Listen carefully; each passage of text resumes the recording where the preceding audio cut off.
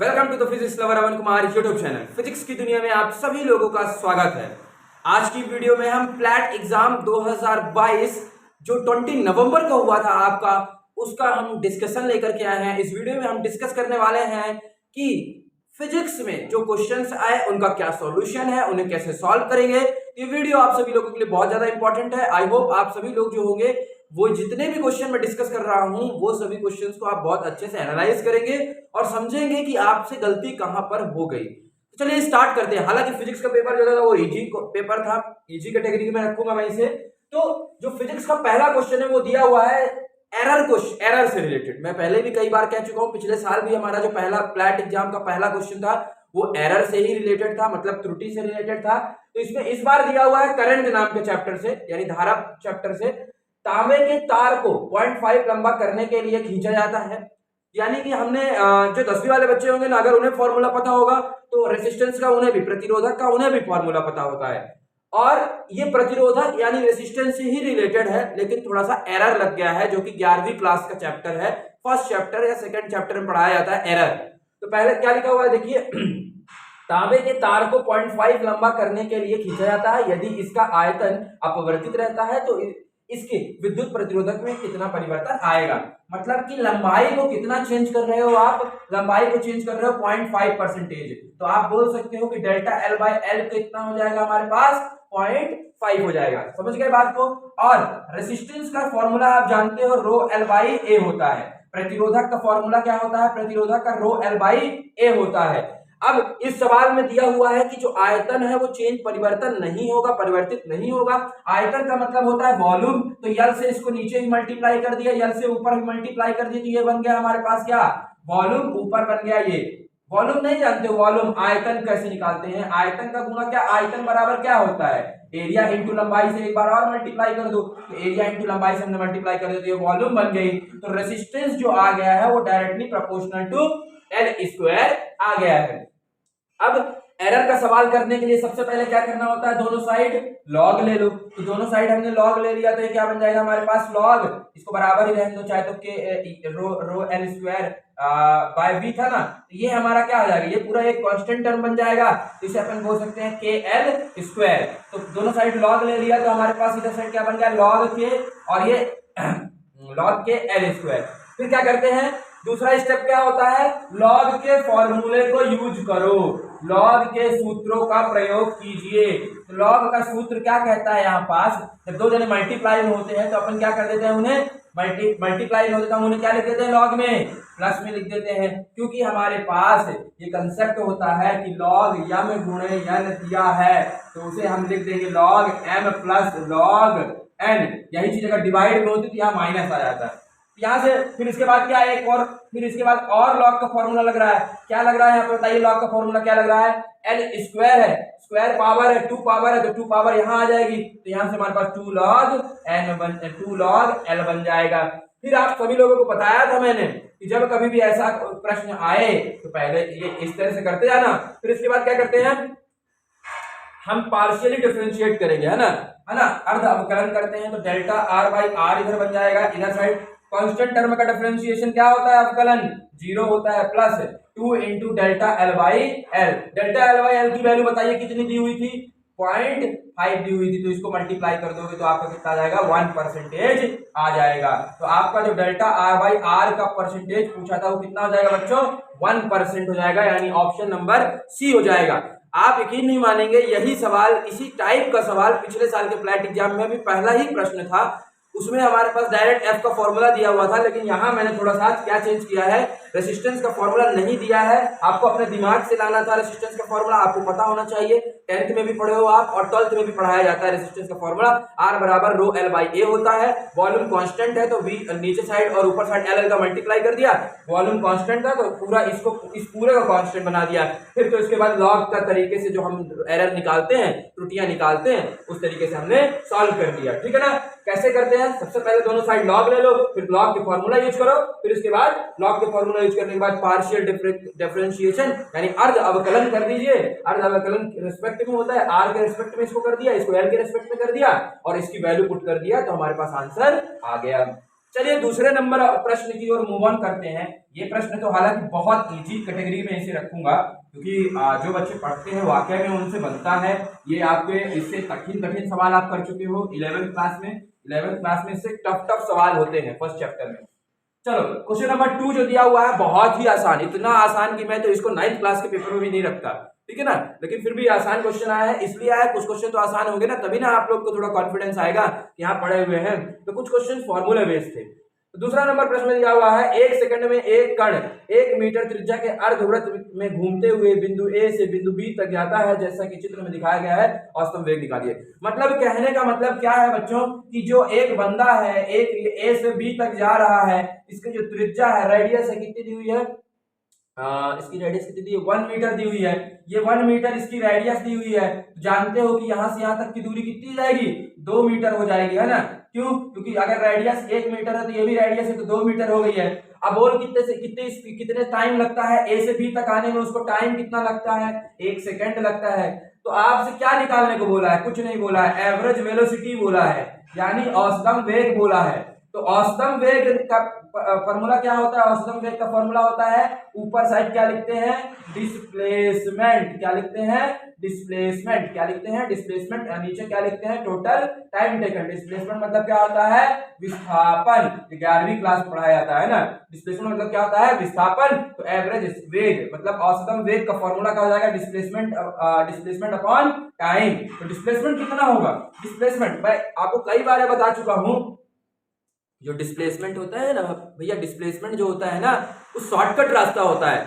यहां से आप चाहते तो ये वाले दूरी ऐसे आकर के यहां निकले पहुंच जाते, लेकिन अगर वो औसतन गति पूछता यानी स्पीड पूछता, तो फिर अपन पाई आर 2 पाई आर वाला जो तरीका होता है ना, पूरे सर्कमफेरेंस की का लेंथ 2 पाई आर होता है, तो इसमें पाई आर बस होता, तो पाई आर बाय टी करते हैं अपन यहाँ पे, है ना। कब करते, जब हमसे क्या बोलता, औसतन वेग बोलता है ना, स्पीड वाला बोलता, तब करते। लेकिन डिस्प्लेसमेंट आप हमसे क्या बोला है, वेग वाला बोला है, तो डिस्प्लेसमेंट आएगा उसमें। और displacement is always a shortcut रास्ता। तो ए से बी तक पहुंचने के लिए जो शॉर्टकट रास्ता है वो कौन सा है, ये वाला है, यानी 2 आ जाएगा ऊपर और नीचे 1 आ जाएगा। सभी एसआई यूनिट में है, ये मीटर में है, सेकंड में है, तो आंसर हमारा 2 आ जाएगा, मीटर पर सेकंड। देखिए कौन सा ऑप्शन वाला सही है आपका, बी नंबर का ऑप्शन आपका इसमें सही हो गया होगा। जिस बच्चे ने इस सवाल को भी पेपर में गलत किया है तो उसको मैं क्या ही बोलूंगा, क्योंकि ये सवाल जो था ये बच्चों 9th क्लास में भी पढ़ाया गया है, 9th क्लास में भी पढ़ाया जाता है। और साथ साथ में 9th बस में नहीं, 9th में पढ़ोगे, फिर 10th में, फिर 11th में, फिर अब जाके 12th में, है ना। ये बहुत ही इंपॉर्टेंट प्रश्न था, बहुत ही सिंपल सा था, फॉर्मूला बेस्ड था। फॉर्मूला याद है आपको तो आप कर लोगे, नहीं याद है तो आप कैसे ही कर पाओगे, है ना। चलिए आगे बढ़ते हैं तीसरे प्रश्न की ओर।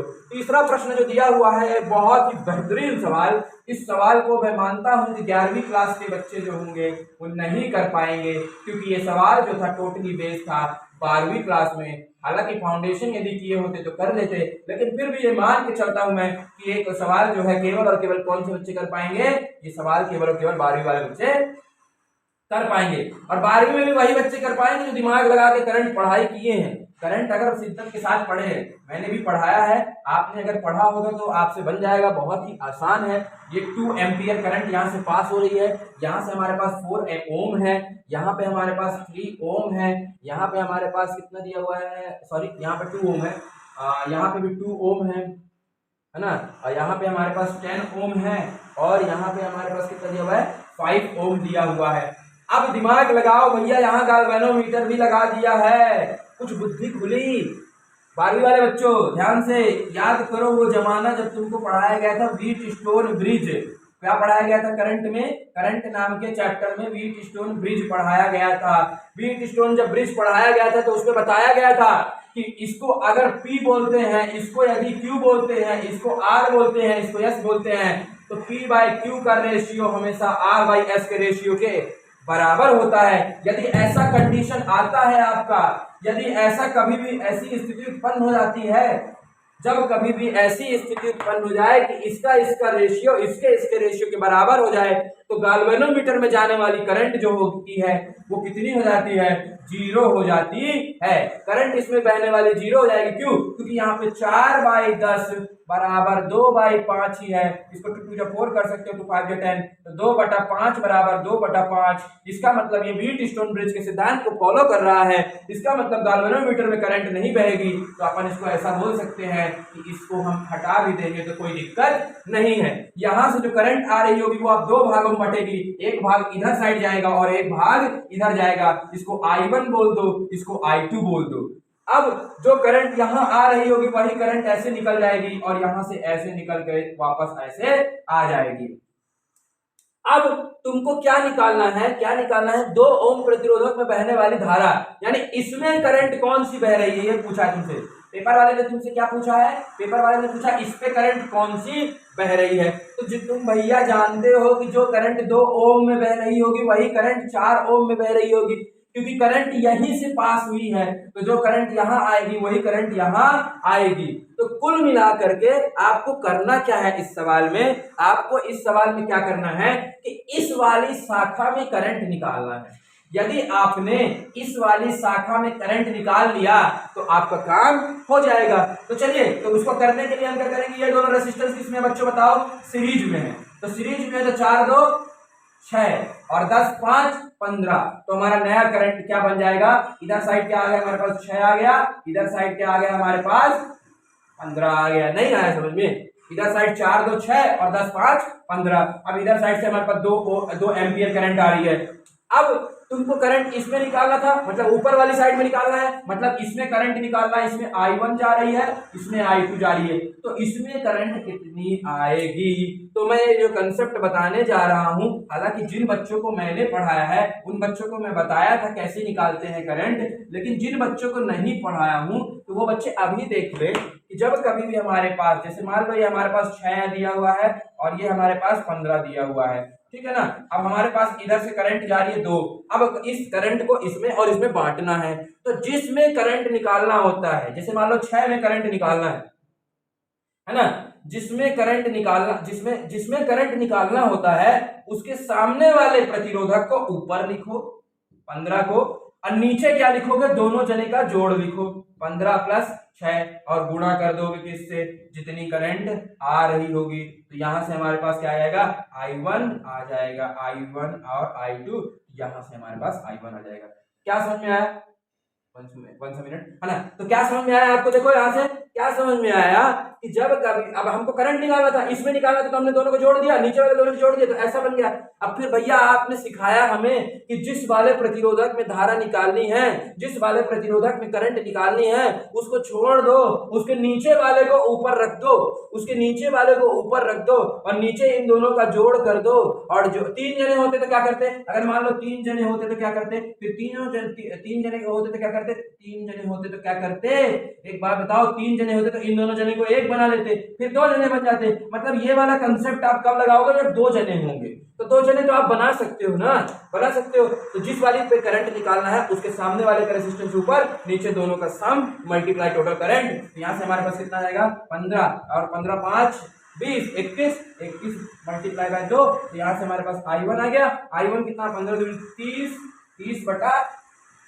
तो यहां से हमारे पास कितना आ गया? I1, और इसको 3 7 21, 3 1 3 0, 10/7 I1। यहां से हमारे पास पहला वाला ऑप्शन क्या हो जाएगा? करेक्ट हो जाएगा। यानी थर्ड में हमारा कौन सा ऑप्शन सही होगा? ए नंबर का ऑप्शन सही होगा। कैसे करते हैं? जिस पर करंट निकालनी है उसके सामने वाले का रेजिस्टेंस अपॉन दोनों जने का सम मल्टीप्लाई बाय टोटल करंट। समझ गए? जिन बच्चों को नहीं समझ में आया है आप वीडियो को पॉज कीजिए और बैक जाइए और इस कंसेप्ट को लिख लीजिए। पहले एक बार लिख लीजिए कि जब कभी भी हमें किसी प्रतिरोधक में धारा निकालनी होती है तो हमें क्या करना होता है? उसके सामने वाली जो प्रतिरोधक होता है उसको ऊपर लिखते हैं और नीचे उन दोनों को जोड़ देते हैं, मल्टीप्लाई टोटल करंट कर देते हैं। ठीक है ना। आगे बढ़ते हैं अपन आगे। बहुत ही आसान सवाल भाई, इतना सरल पेपर में बता ही नहीं सकता आपको। देखिए रहे इतना सरल पेपर। क्वेश्चन नंबर 4 लिखा हुआ है। क्या लिखा हुआ है? क्वेश्चन नंबर 4 दिया हुआ है हमारे पास। कितने ब्लॉक हैं? एक 20 kg ब्लॉक है। यकीन मानिए बहुत ही इजी पेपर इस साल फिजिक्स का आया है ना। नीचे हमारे पास यहाँ पे 5 kg लगा हुआ है और नीचे यहाँ पे 5 न्यूटन का अलग से लग रहा है, खींच रहे हैं।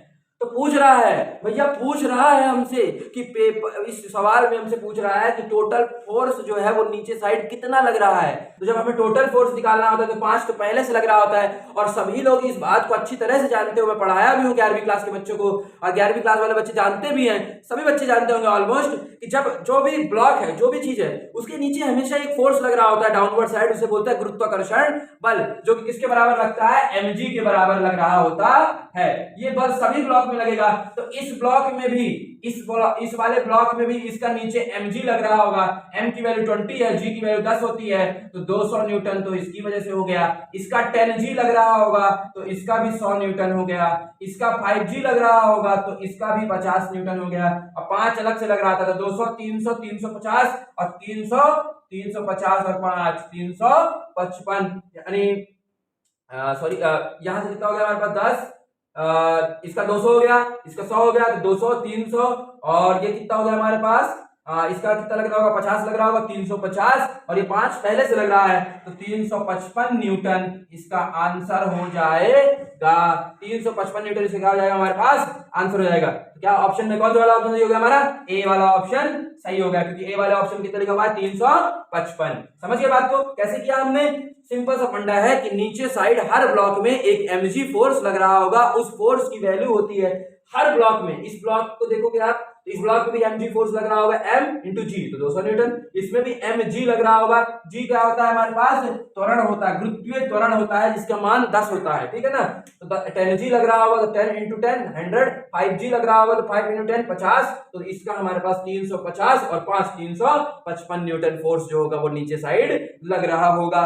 चलिए आगे बढ़ते हैं अपन, आगे कौन सा सवाल हमारे पास दिया हुआ है, 5वें नंबर, जल्दी से खोलो 5वें नंबर सवाल। 5वें नंबर में देखो क्या लिखा हुआ है, 5वें नंबर जल्दी जल्दी देखो, 5वें नंबर देखो, 5वें नंबर में हमसे क्या पूछा है, ratio of the maximum acceleration,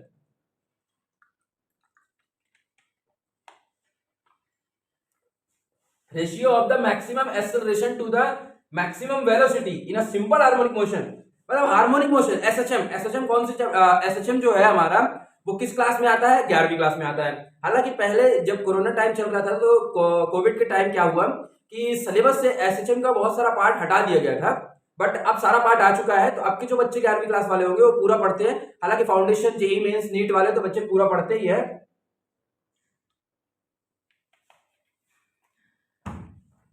चलिए सॉल्व करते हैं। हमसे क्या पूछा है, एक साधारण आवर्त गति में अधिकतम त्वरण, चलिए नहीं याद है, नहीं पता है तो याद कर लीजिए, जो मैक्सिमम एक्सेलरेशन होता है, मैक्सिमम एक्सेलरेशन होता है एसएचएम के दौरान, तो उसकी वैल्यू होती है ए ओमेगा स्क्वायर। ए जो होता है वो एम्पलीट्यूड होता है और ओमेगा जो होता है उसकी एंगुलर वेलोसिटी होती है ना। और जो मैक्सिमम, अधिकतम, ये त्वरण हो गया, अधिकतम त्वरण ए ओमेगा स्क्वायर के बराबर होता है, और अधिकतम वेग जो होता है, वेलोसिटी जो होता है वो ए ओमेगा के बराबर होता है। और जो एसएचएम का इक्वेशन होती है किसी भी टाइम एक्स डिस्टेंस पर, जो उसका समीकरण आता है वो आता है A sine omega T plus five, ये होता है इसका समीकरण। अब क्या बोला जा रहा है, सवाल पढ़ो, रेशियो दिया हुआ है, किसका किसका रेशियो, इन दोनों का रेशियो दिया हुआ है, इन दोनों का अनुपात दिया हुआ है। तो जब तुम इन दोनों का अनुपात करोगे तो किसके बराबर दिया हुआ है, इन दोनों का अनुपात किसके बराबर दिया हुआ है, देखो ध्यान से 10, ये से कैंसिल, तो ओमेगा की वैल्यू कितनी आ जाएगी आपके पास, 10 आ गई। सबसे पहले यहां से हम दोनों, इन दोनों का अनुपात दिया हुआ तो यहां से हमने ओमेगा की वैल्यू निकाल ली। अब ओमेगा की जगह ओमेगा लिख सकते हो। अब एक चीज देखो, एट टी बराबर 0, जब समय शून्य है, मतलब टी की वैल्यू जब 0 है, टी की वैल्यू जब 0 है, जब टी की वैल्यू 0 है तो 0 कर दोगे इसको तो ये 0 हो जाएगा। तो x की वैल्यू कितनी है, कितना विस्थापन है, 5 मीटर, तो 5 कर दिया, एक की जगह ए रहने दिया, साइन, और टी की जगह 0 किया तो ये 0 हो गया, प्लस फाइव, मतलब जो एंगल शुरुआत में फेज में रहता है, कितना दिया हुआ है इसमें, पाई/4 दिया हुआ है। पाई/4 का मतलब तो 45 डिग्री होता है ना, जानते हो ना। तो यहां से ए की वैल्यू निकाल लो, ए की वैल्यू कितनी आएगी हमारे पास, ए की वैल्यू, और साइन पाई/4 की वैल्यू होती है 1/√2, तो ए बराबर कितना आ गया, 5√2 आ गया, है ना। ए की वैल्यू कितनी आ गई हमारे पास, 5√2। अब पूछ क्या रहा है आपसे, सवाल वाला पूछ रहा है अधिकतम त्वरण कितना होगा, यानी मैक्सिमम एक्सेलरेशन आपसे पेपर में पूछा है। तो अधिकतम त्वरण का फॉर्मूला क्या होता है, ए ओमेगा स्क्वायर। ए की वैल्यू कितनी आ गई है आपके पास 5√2 आ गई है। ओमेगा की वैल्यू कितनी आई थी, 10 आई थी, तो 10 का स्क्वायर यानी 100, यानी यहां से आ गया 500√2। तो ये हमारा आंसर नंबर हो जाएगा ए, यानी फोर्थ का हमारा आंसर कौन सा सही हो जाएगा बच्चों, ए वाला सही हो जाएगा। तो क्या क्या याद करोगे इस सवाल में आप, मैं अधिकतम त्वरण का फॉर्मूला क्या होता है, अधिकतम वेग का फॉर्मूला क्या होता है, और इक्वेशन क्या होती है एक्स, एसएचएम की इक्वेशन क्या होती है। ठीक है बच्चों, इसको याद कर लो, इन 3 चीजों को याद कर लोगे तो एसएचएम के बहुत सारे सवाल आपसे बन जाया करेंगे। चलिए आगे बढ़ते हैं, आगे बढ़ेंगे तो अपन किस सवाल की ओर बढ़ेंगे। आगे अपना सवाल जो दिया हुआ है वो 6वां नंबर का सवाल है कि जिस ऊंचाई पर गुरुत्वाकर्षण, हाँ ये बहुत अच्छा सवाल है, ग्रेविटेशन से है, 11वीं क्लास के चैप्टर से है, तो 11वीं क्लास वाले बच्चे जानते होंगे। जो जी की वैल्यू होती है उसे हम बोलते हैं gm/r²। ये पृथ्वी की यहाँ सतह आर डिस्टेंस, यहाँ पर सरफेस पर जो जी की वैल्यू होती है वो होती है। अगर हम यच हाइट ऊपर जाते हैं, यच हाइट ऊपर जाते हैं पृथ्वी के, अब फिर बोलते हैं जी की वैल्यू कितनी होगी, तो जी डैश जो होता है वो होता है gm/r+h का होल स्क्वायर हो जाता है। क्या होता है, r+h का होल स्क्वायर, क्योंकि जो जितना रेडियस बनता जाएगा वो यहाँ आता जाता है। जनरली फॉर्मूला क्या होता है, पृथ्वी की रेडियस मान लीजिए r है, ये अर्थ है, अर्थ यानी पृथ्वी की त्रिज्या यदि r है, पृथ्वी की त्रिज्या r है, तो g का जो फॉर्मूला होता है वो gm/r² होता है। जब हम h ऊपर गए तो पृथ्वी की मतलब एक तरह से त्रिज्या जो ऑर्बिट की बन गई वो r+h बन गई। तो इसकी जो वैल्यू हमसे पूछ रहा है, हमसे बोल रहा है कि h की वैल्यू क्या होगी। देखो क्या पूछा है कि सवाल देखो, सवाल क्या पूछा है, जल्दी देखो, जल्दी से वन मिनट है ना। सवाल हमसे क्या पूछ रहा है, जल्दी से देखो, सवाल पूछ रहा है height at which the acceleration due to gravity become g/9। कौन सी हाइट पर जो एक्सेलरेशन है ग्रेविटी के कारण वो g/9 बन जाएगा, कौन से पे, कौन सी वैल्यू होनी चाहिए। तो g तो हमारे पास gm/r² है, तो सोचो यहाँ पे क्या लिख दें कि यहाँ इसका स्क्वायर करने पर 9 आ जाए। r एक ऑलरेडी था, यदि हम h की जगह 2h लिख देते हैं, सॉरी 2r लिख देते हैं, h की वैल्यू यदि हम 2r कर देते हैं तो r+2r यानी 3r बन जाएगा। 3r को अगर हम स्क्वायर करेंगे तो 3 त्रिकाई 9r आएगा, 9r² आ जाएगा, मतलब कि यहाँ 9 आ जाएगा। और यदि 9 आ गया तो ये तो g है और ये 9 है तो g/9 हो जाएगा। तो इसका मतलब हम h की जगह क्या रखें कि वो 9 आ जाए नीचे साइड, तो h की जगह हमें क्या लिखना पड़ेगा, 2r लिखना पड़ेगा, तभी ना आएगा। बोलो कसम से, देखो 3 करना है ना, 3 करना है ना इसे, तो r में कितना जोड़ दें, r में हम 2r को जोड़ देंगे तो 3r बन जाएगा। तो इसीलिए हमने बोला कि यहाँ h की जगह कितना होना चाहिए, 2r होना चाहिए। तो हमारे पास ऑप्शन नंबर 6 का कौन सा हो जाएगा, थर्ड वाला सही हो जाएगा। अब आगे बढ़िए आप, आगे अपन बढ़ेंगे तो आगे कौन सा सवाल दिया हुआ है हमारे पास, आगे दिया हुआ है हमारे पास सवाल 7th नंबर वाला सवाल। 7th वाला सवाल बहुत आसान है, बहुत ज्यादा आसान है। 7th वाला आसान में हमें स्वतंत्रता की कुल डिग्री पूछा है, यानी डिग्री ऑफ फ्रीडम पूछ रहा है, DOF डिग्री ऑफ फ्रीडम पूछ रहा है। तो इसका कंसेप्ट आसान सा है, आपको पता भी होना चाहिए। 7th नंबर में जो दिया हुआ है आपका, 11वीं वाले बच्चे केमिस्ट्री में पढ़ते हैं 11वीं क्लास में, और 12वीं वाले बच्चे फिजिक्स में पढ़ते हैं, है ना। तो डिग्री ऑफ फ्रीडम जो होता है, डिग्री ऑफ फ्रीडम जो होता है हमारे पास, स्वतंत्रता की जो डिग्री होती है वो किसी भी उसमें भी हमेशा 3n के बराबर होती है। किसके बराबर होती है, 3n के बराबर होती है। अब वो अगर वो मोनो एटॉमिक है, मोनो एटॉमिक का मतलब एक परमाणु है ना, एक परमाणु है, तो उसमें यानी की वैल्यू कितनी जाएगी, 1 हो जाएगी। तो यानी का मतलब यानी 3 × 1 हो जाएगा। यदि वो डाई एटॉमिक है, डाई एटॉमिक मतलब होता है 2 परमाणु, तो उसमें क्या जाएगी, यानी की वैल्यू कितनी जाएगी, 2 हो जाएगी।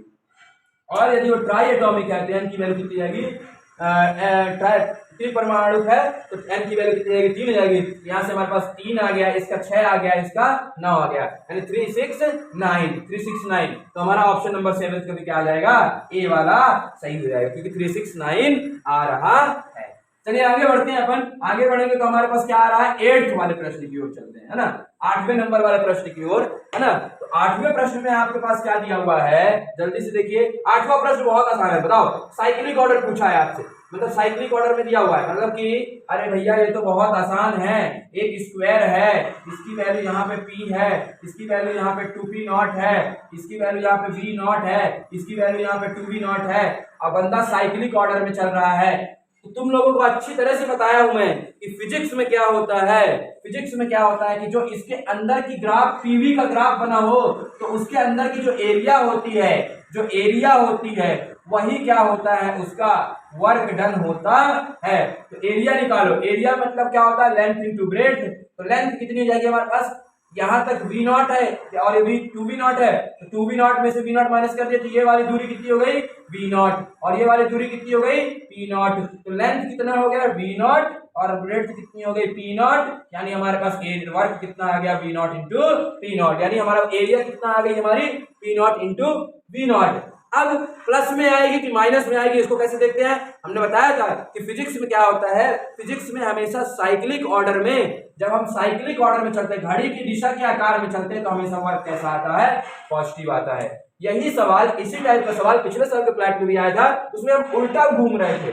जब उल्टा घूमेंगे तो हमेशा प्लस में नहीं आएगा, किसमें आएगा, माइनस में आएगा। इसका ऑप्शन देख लीजिए कौन सा वाला सही है, ए ऑप्शन इसका क्या जाएगा हमारे पास, सही हो जाएगा।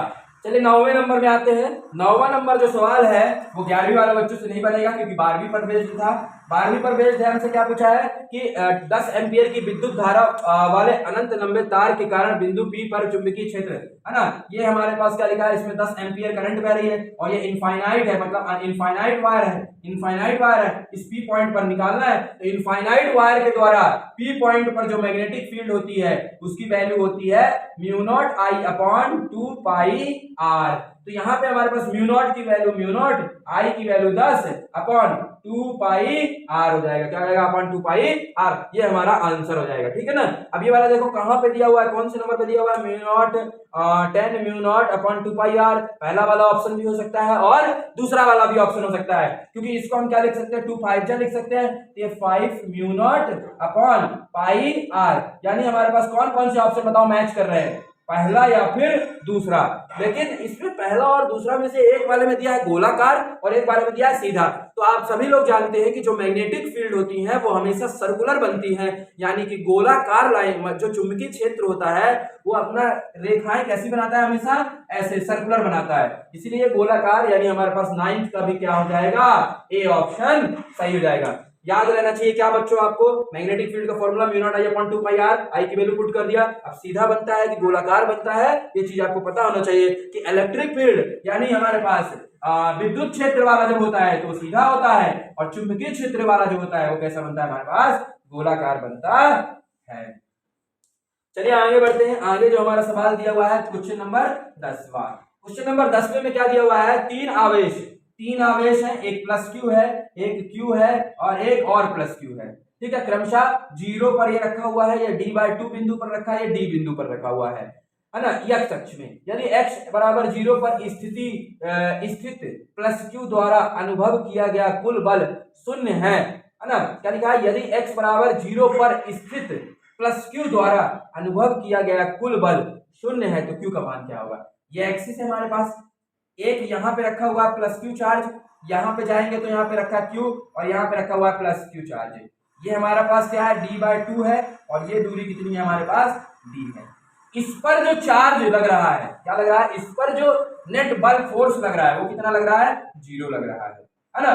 तो इस पर फोर्स निकाल लो, इसके कारण और इसके कारण, और उसको सम करके 0 के बराबर कर दो, तो इस क्यू के कारण एक फोर्स, इस प्लस क्यू के कारण एक फोर्स लग रहा होगा, ये दोनों प्लस प्लस है, तो इस प्लस क्यू के कारण इस प्लस क्यू में जो फोर्स लग रहा होगा वो इधर साइड लग रहा होगा, F due two plus Q, नहीं लग रहा होगा।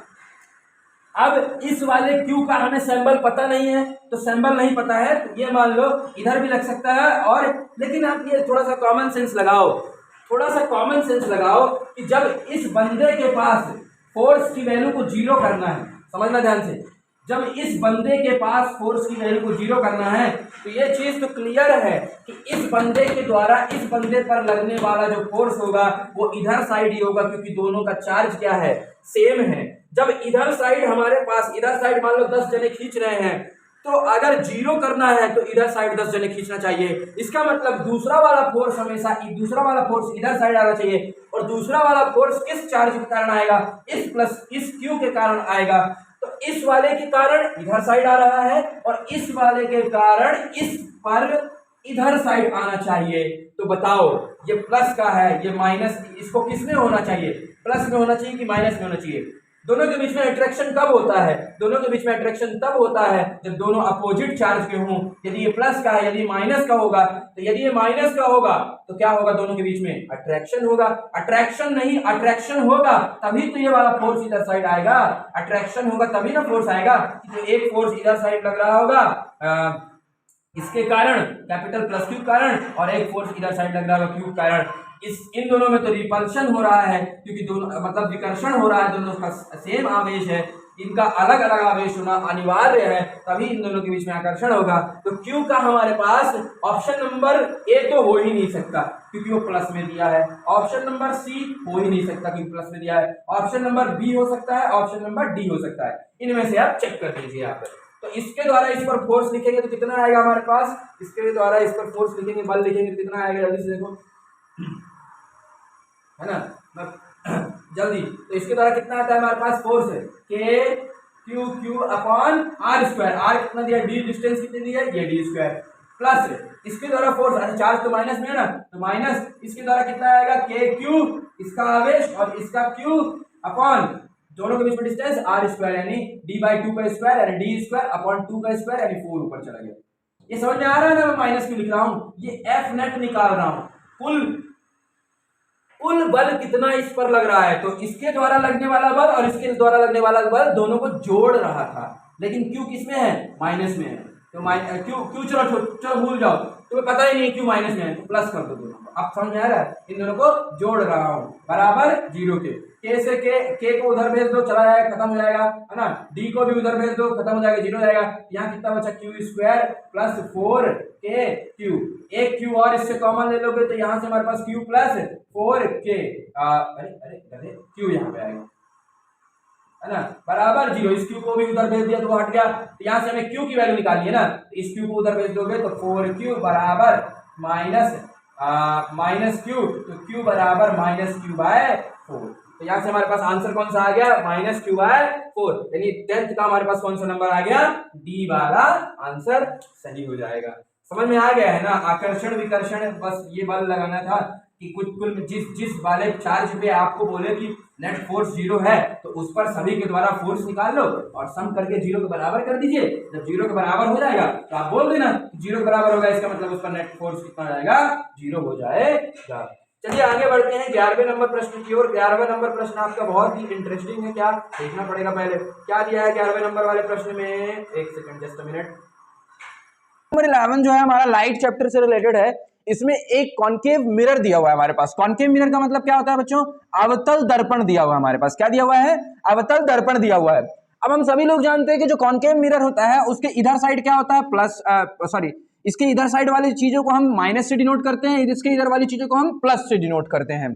और जो मिरर का फॉर्मूला होता है वो 1/f = 1/b + 1/u होता है।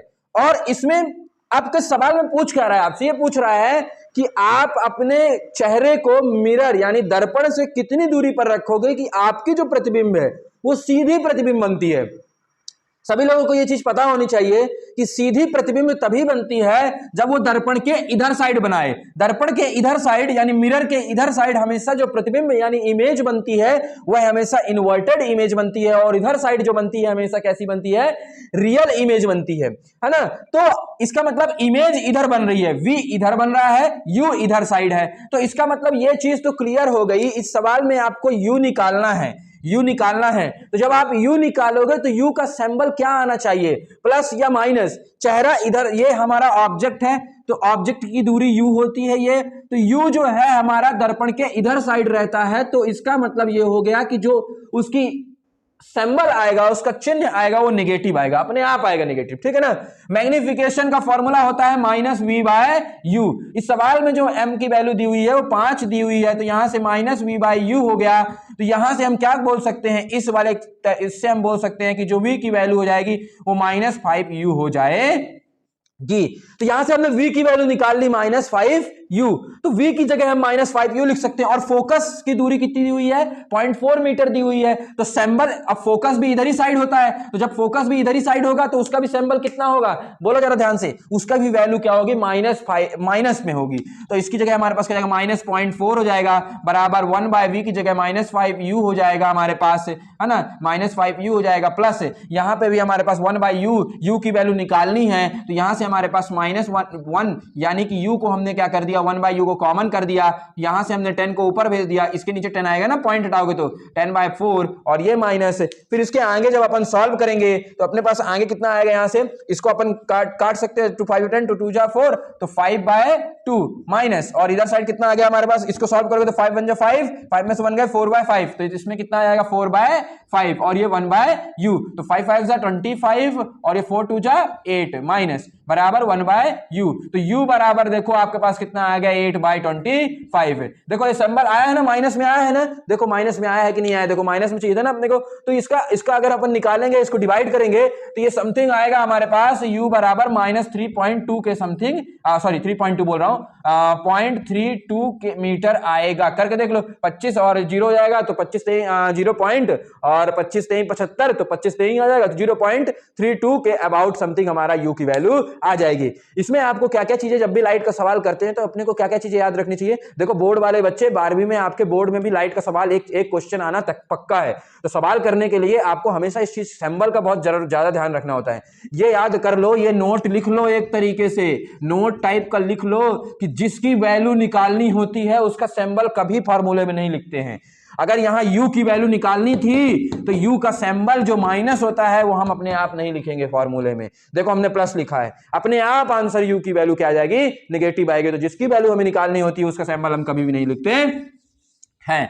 चलिए आगे बढ़ते हैं अपन। आगे जब बढ़ेंगे तो अपन 12वें प्रश्न की ओर मूव ऑन करते हैं। 12वां प्रश्न जो है ये बहुत ही आसान प्रश्न है, सीधी सी बात है, जिसने फ्लूइड मैकेनिक्स पढ़ा होगा उसको बनता होगा, 11वीं क्लास का चैप्टर है, और जिसने नहीं पढ़ा होगा उससे नहीं बनेगा। तो सिंपल सा फंडा है कि भैया एक हमारे पास बाल्टी है, एक बाल्टी में हमने यहां छेद कर दिया, इसकी ऊंचाई h है, हमसे ये पूछ रहा है कि भैया छेद कहां पर करें कि जो पानी का ये है, ये दूरी है, ये दूरी ज्यादा आए। जहां पे सोचो, अगर तुम यहां पे छेद कर देते हो तो उसका पानी यहां आके गिर जाएगा, यहां पे छेद करते हो कहीं पे तो इसका पानी यहां आके गिर जाएगा।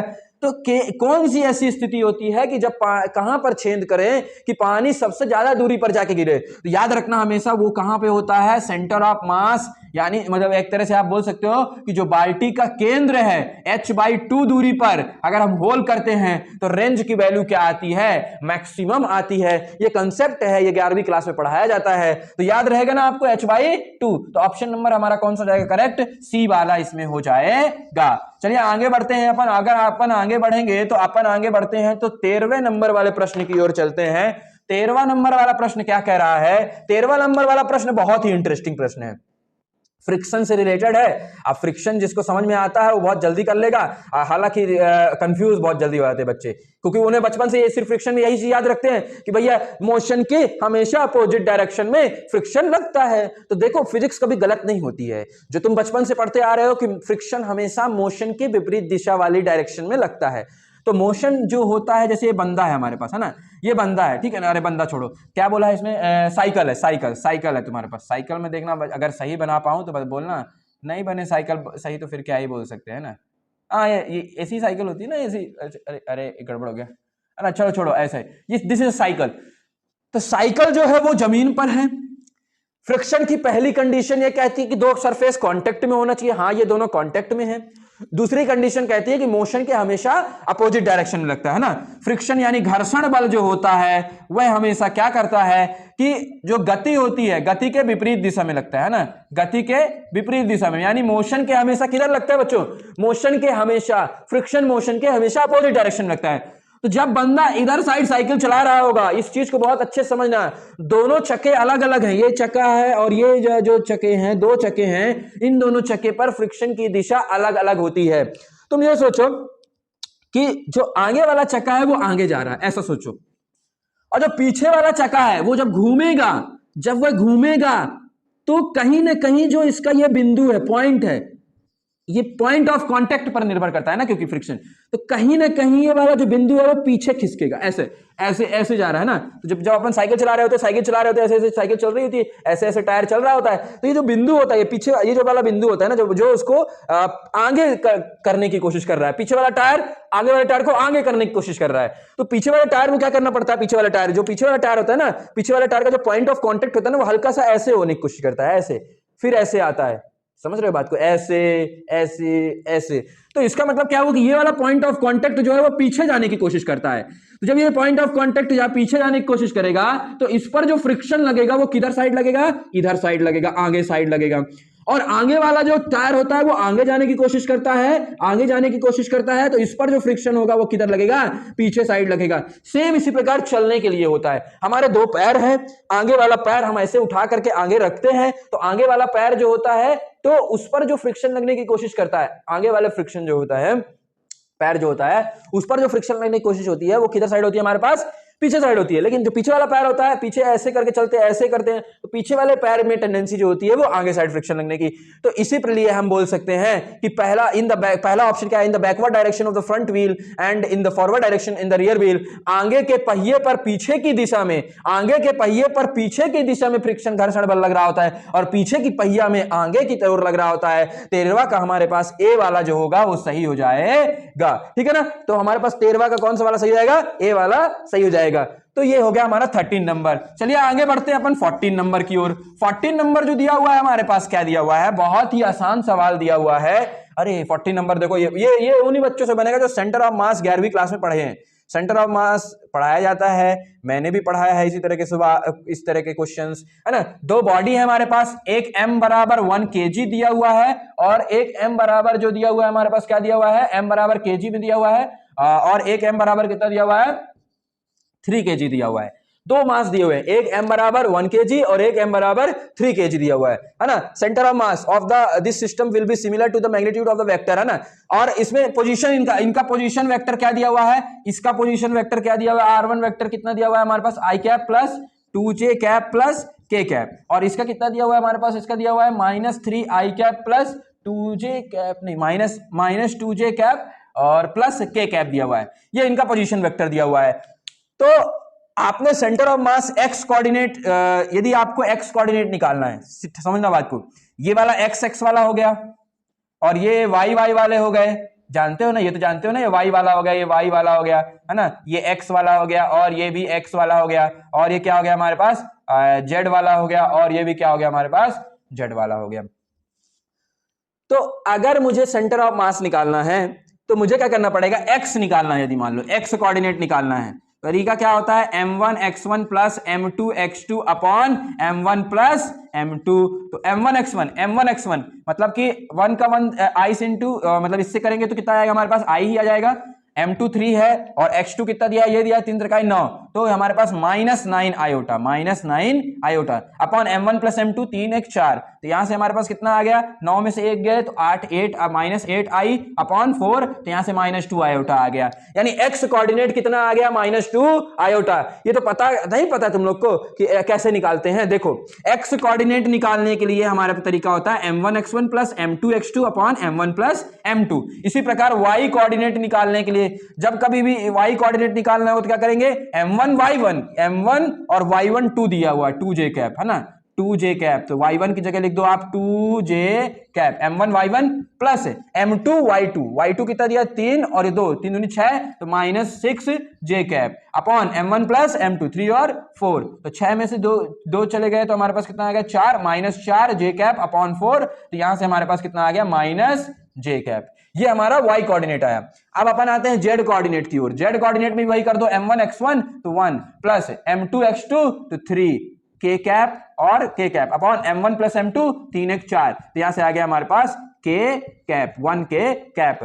तो जो हमारे पास अब सेंटर ऑफ मास आ रहा है, तो उसमें सेंटर ऑफ मास में क्या होगा, x coordinate plus y coordinate plus z coordinate. तो x कोऑर्डिनेट कितना है, -2 i और y कोऑर्डिनेट कितना है हमारे पास, -j कैप प्लस ये k कोऑर्डिनेट कितना है हमारे पास, ये तो ऑप्शन नंबर चेक करो, किसमें लिखा हुआ है -2 आयोटा -2 i और i कैप -j कैप, किसी में लिखा है क्या? किसी ऑप्शन में नहीं लिखा है क्या? Centre of mass is similar to the magnitude of this, है ना? तो अच्छा, मैग्नीट्यूड ऑफ दिस बोला है, किसके मैग्नीट्यूड के बराबर होगी? तो इसका मैग्नीट्यूड निकालो, इसका मैग्नीट्यूड 2 to 4, इसका मैग्नीट्यूड कैसे निकालेंगे? तो 4 + 1 और +1, तो 4 5 6 कितना आया? √6। तो ऐसा कौन सा ऑप्शन है जिसका मैग्नीट्यूड √6 आ रहा है? तो पहले वाले का निकालोगे 4 5 6, पहले वाले का √6 आ रहा है। दूसरे वाले का निकालोगे 3 × 9 और 4 9 10 11 12 13 14, दूसरे वाले का नहीं हो सकता ऑप्शन। तीसरा वाला देखो 2 to 4 और 4, तो √8 आ रहा है, नहीं हो सकता। चौथा वाला ऑप्शन देखो 2 to 4 यानी 8 और 9, तो √9 आ रहा है। तो इसका मतलब पहला वाला ऑप्शन जो है, ए ऑप्शन को आप देखोगे i cap + 2j cap + k cap. इसलिए मैं बोल रहा हूं क्योंकि उसने ये नहीं पूछा है कि सेंटर ऑफ मास क्या है, सेंटर ऑफ मास निकालो, अब फिर बोल रहा है कि ऐसा कौन सा ऑप्शन है जिसका मैग्नीट्यूड, जिसका मान सेंटर ऑफ मास के जो मान है उसके बराबर आ रहा था। इसका मैग्नीट्यूड हमने निकाला 4 5 6, √6 आ रहा है। ऑप्शन नंबर ए जो है उसका भी मैग्नीट्यूड कितना दिया हुआ है? होगा √6 होगा। इसका मतलब हमारे पास 14 का आंसर आ जाएगा ए नंबर, ठीक है ना। चलिए आगे बढ़ते हैं अपन 15 क्वेश्चन की ओर। 15वां क्वेश्चन जो है हमारा, उसकी ओर मूव ऑन करते हैं। 15 वाले क्वेश्चन में दिया हुआ है electronic velocity of the fourth Bohr orbit in the hydrogen is v, find out the velocity. मतलब कि जब आपका जो चौथा वाला सेल है ना, पहली बात, जो बोहर में जो वेलोसिटी होती है वो डायरेक्टली प्रोपोर्शनल टू z/n होती है। z जो होता है वो एटॉमिक नंबर होता है, और n मतलब होता है कि नंबर ऑफ ऑर्बिट, किस ऑर्बिट में है ना, किस ऑर्बिट में है ना, तो किस ऑर्बिट में है। तो पहला हमारे पास दिया क्या है? हमारे पास दिया ये है कि जो v है, मतलब कि उसने ये बोला है कि जब वह बोहर के चौथे वाले ऑर्बिट में है, मतलब n की वैल्यू कितनी है? 4 है, तो वेलोसिटी v है। यानी कि अगर हमारे पास अगर हम फोर्थ वाले ऑर्बिट के निकालें तो हमारे पास z की जगह 1 लिख दोगे, है ना, और z1 होगा atomic number. Bohr atomic model दिया हुआ है, तो हाइड्रोजन का मान लो, तो हाइड्रोजन का एटॉमिक नंबर 1 और n की वैल्यू हमारे पास 4 है। तो जब इसकी ये किसके बराबर है? हमारे पास v के बराबर है। फोर्थ वाले की वेलोसिटी जो है वो डायरेक्टली प्रोपोर्शनल टू ऐसे होगी, और इसी को हम बोल रहे हैं v। अब हमें निकालना क्या है? फर्स्ट वाले की निकालना है, तो फर्स्ट वाले के लिए हमें क्या लिखना पड़ेगा? यहां 1 लिखना पड़ेगा, और n की वैल्यू भी उसमें क्या होगी? 1 होगी। तो ये हमारे पास फर्स्ट वाले की होगी। तो v के टर्म्स में क्या होगा? 4 को इसमें भेज दो, तो 4 से इससे मल्टीप्लाई कर दोगे, तो 4v आएगा। क्या आएगा? 4v आएगा। v के टर्म्स में पूछा है। जब फोर्थ ऑर्बिट में v है तो फर्स्ट ऑर्बिट में कितनी होगी? हमारे पास 4v होगी। यानी हमारे पास ऑप्शन नंबर 15 का कितना आ जाएगा? ए वाला आ जाएगा। ऑप्शन नंबर 15 का क्या आएगा? ए वाला आ जाएगा। चलिए अब आगे, ये नहीं समझ में आया, देखो v is directly proportional to z/n होता है। जब हमारे पास n की वैल्यू 4 थी, जब n की वैल्यू 1/n, यहां पे n की वैल्यू 4 थी, तो हमारे पास इसकी वैल्यू v आ रही थी। जब n की वैल्यू 1 कर दोगे, तो 1 की एक तरह से वैल्यू निकालना है, तो 4 को इधर कर दो तो 4v आएगी, है ना। तो वेलोसिटी की वैल्यू कितनी आ जाएगी? हमारे पास 4v आ जाएगी। आगे बढ़ते हैं अपन 16वें नंबर में। 16वां नंबर दिया है पावर का डायमेंशनल फॉर्मूला लिखना है। पावर का डायमेंशनल फॉर्मूला, तो पावर का, ये तो 11वीं क्लास का है, बहुत आसान है। पावर का डायमेंशनल फॉर्मूला लिखने के लिए क्या करोगे आप? पावर इज इक्वल टू क्या होता है? F.V होता है। फोर्स का फॉर्मूला, पावर मतलब शक्ति, F मतलब बल, और V मतलब वेग, F.V होता है। एक और फॉर्मूला होता है वर्क अपॉन टाइम होता है ना। एक और फॉर्मूला ये होता है वर्क अपॉन टाइम होता है। आप वर्क अपॉन टाइम के माध्यम से भी कर सकते हैं। चलो वर्क अपॉन टाइम के माध्यम से करके दिखाता हूं तुम्हें। तुम तो याद किए हो ना, इसलिए बोल रहा हूं। वर्क अपॉन टाइम, तो वर्क डन मतलब होता है, वर्क का फॉर्मूला F.S होता है। डिस्प्लेसमेंट, फोर्स को हम बोल सकते हैं मास इनटू एक्सेलरेशन, और डिस्प्लेसमेंट है ये, डिस्प्लेसमेंट को हम बोलेंगे मीटर, और ये मास को अपन बोलेंगे केजी, और एक्सेलरेशन को क्या बोलते हैं? मीटर पर सेकंड का स्क्वायर। और 1 सेकंड और ऑलरेडी नीचे था, नहीं समझ में आया? F का क्या होता है? Mass into acceleration. मास को क्या बोलते हैं? केजी। एक्सेलरेशन मतलब होता है त्वरण, त्वरण को बोलते हैं मीटर पर सेकंड स्क्वायर, तो इसीलिए केजी मीटर पर सेकंड स्क्वायर। और इसका ये क्या है? F.S डिस्प्लेसमेंट, विस्थापन, इसका मीटर एक अलग से आ गया, तो हमारे पास ये कितना बन जाएगा? हमारे पास केजी मीटर का स्क्वायर और सेकंड का क्यूब। तो अगर हम इसे डायमेंशनल में लिखेंगे तो m की वैल्यू 1 और L की वैल्यू 2 और T की वैल्यू नीचे साइड 3 है, तो ऊपर जाएगा तो -3। तो यह ऑप्शन नंबर हमारा कौन सही हो जाएगा? बी नंबर ऑप्शन हमारा dimensional formula is a correct option. ये हमारा 16 नंबर वाला सवाल हो गया। अब आगे बढ़ते हैं, अपन 17 की ओर मूव करते हैं। जो हमारा 17 हवा वाला दिया हुआ है भैया, उसमें क्या होगा, उसका क्या होगा। चलिए तो 17 वाले में जाते हैं। 17 वाला सवाल जो दिया हुआ है हमारे पास, क्या दिया है, amount of work done in stretching A spring 10 से। अगर हम 10 सेंटीमीटर की पहले स्प्रिंग थी, उसको हमने 20 सेंटीमीटर की स्प्रिंग बना दिया, तो इसमें कितना कार्य किया गया। तो जो हमारे पास स्प्रिंग होता है, स्प्रिंग में जो वर्क डन होता है, उसका फॉर्मूला क्या क्या कर सकते हो कि बाद वाला वर्क माइनस बाद में कितना वर्क डन हुआ, मतलब वर्क डन जो होता है वो चेंज इन पोटेंशियल एनर्जी के बराबर होता है। किसके बराबर होता है work done, change in potential energy, है ना। तो फाइनल पोटेंशियल एनर्जी में से माइनस इनिशियल पोटेंशियल एनर्जी कर दो। पोटेंशियल एनर्जी का फॉर्मूला क्या होता है, जैसे एनर्जी काइनेटिक एनर्जी का याद किए होगे, उसके हिसाब से हमने बताया था ना, यार रिलेट किया था, हाफ mv स्क्वायर होता है, तो यहां हाफ के x स्क्वायर हो जाएगा। तो फाइनल पोटेंशियल एनर्जी यानी कि हमारे पास x2 का स्क्वायर, सॉरी है ना, माइनस x1 का स्क्वायर। तो यहां से अपन क्या कर सकते हैं, यहां से हमारे पास क्या आएगा, हाफ के x2 की वैल्यू कितनी दी हुई है हमारे पास 20 का स्क्वायर यानी 400 माइनस x1 कितना दिया है हमारे पास 10, तो यह आ जाएगा 100। तो यहां से हमारे पास कितना आ गया अप्रॉक्स, यहां से हमारे पास आ गया 300 के बाय 2 आ गया इसकी एनर्जी। याद कर लो, स्प्रिंग में जो वर्क का फॉर्मूला होता है वो क्या होता है, हाफ। जब हम कभी भी स्प्रिंग पहले 10 की थी, फिर हमने उसको 20 का कर दिया, तो स्प्रिंग में जो वर्क डन का फॉर्मूला होता है वो क्या होता है, हाफ के x2 का स्क्वायर माइनस x1 का स्क्वायर, हाफ के x2 का स्क्वायर माइनस x1 का स्क्वायर। तो ये हो गया, ये हमारा स्प्रिंग का फॉर्मूला हो गया। अब ये पूछ रहा है किसके बराबर होगा, आपको क्या कर रहा है, 20 से 30 वालों के पास कंपेयर कर रहा है,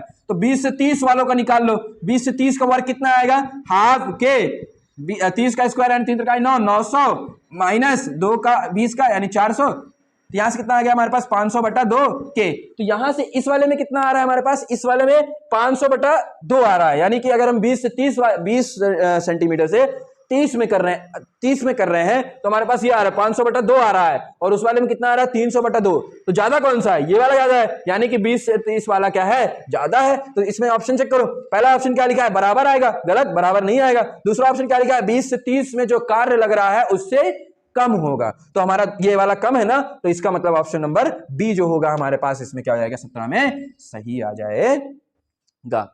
18 नंबर में देखो, 18 which of the following dimensionally correct pressure का निकालना है, तो प्रेशर का निकालते हैं फटाफट। प्रेशर इज इक्वल टू क्या होता है बताओ जल्दी से, force upon area. Pressure is equal to क्या होता है, फोर्स अपॉन एरिया। अब इसमें एनर्जी के टर्म्स में दिया हुआ है, एनर्जी की ऐसा यूनिट होती है जूल, और वर्क की भी क्या होती है, वर्क और एनर्जी दोनों की क्या होती है, जूल। तो अगर इसमें वर्क करना होगा, वर्क लाएंगे, तो अगर हम ऊपर डिस्प्लेसमेंट से मल्टीप्लाई कर दें तो F.S वर्क हो जाएगा। तो अगर ऊपर मल्टीप्लाई किया तो नीचे भी क्या करना पड़ेगा आपको, डिस्प्लेसमेंट से मल्टीप्लाई करना पड़ेगा। तो ऊपर F.S वर्क हो गया, और नीचे एरिया थी पहले से, एक और लंबाई का मल्टीप्लाई कर दिया, यानी एरिया इंटू लेंथ कर दिया है, तो ये वॉल्यूम बन जाएगी। क्या बन जाएगी, वॉल्यूम बन जाएगी। वर्क की यूनिट होती है एनर्जी के बराबर, एनर्जी की यूनिट होती है जूल, तो इसका मतलब ये एनर्जी हो गया और ये वॉल्यूम हो गया। तो एनर्जी पर वॉल्यूम यानी 18वां का भी हमारे पास ए ऑप्शन जो होगा वो करेक्ट ऑप्शन होगा। आई थिंक आप सभी लोगों को ये सारे क्वेश्चन समझ में आए होंगे, और आप लोगों ने बहुत अच्छे से किया भी होगा, मैं उम्मीद करता हूं आपने अच्छे से किया होगा। चलिए अब जो अपना नेक्स्ट जो सिलेबस होगा, नेक्स्ट चैप्टर, नेक्स्ट जो वीडियो होगी वो आपके नेक्स्ट यानी मैथ्स का सॉल्यूशन आएगा, केमिस्ट्री का सॉल्यूशन आएगा। तब तक के लिए आप पढ़ते रहे और आगे बढ़ते रहे। Thank you lovers.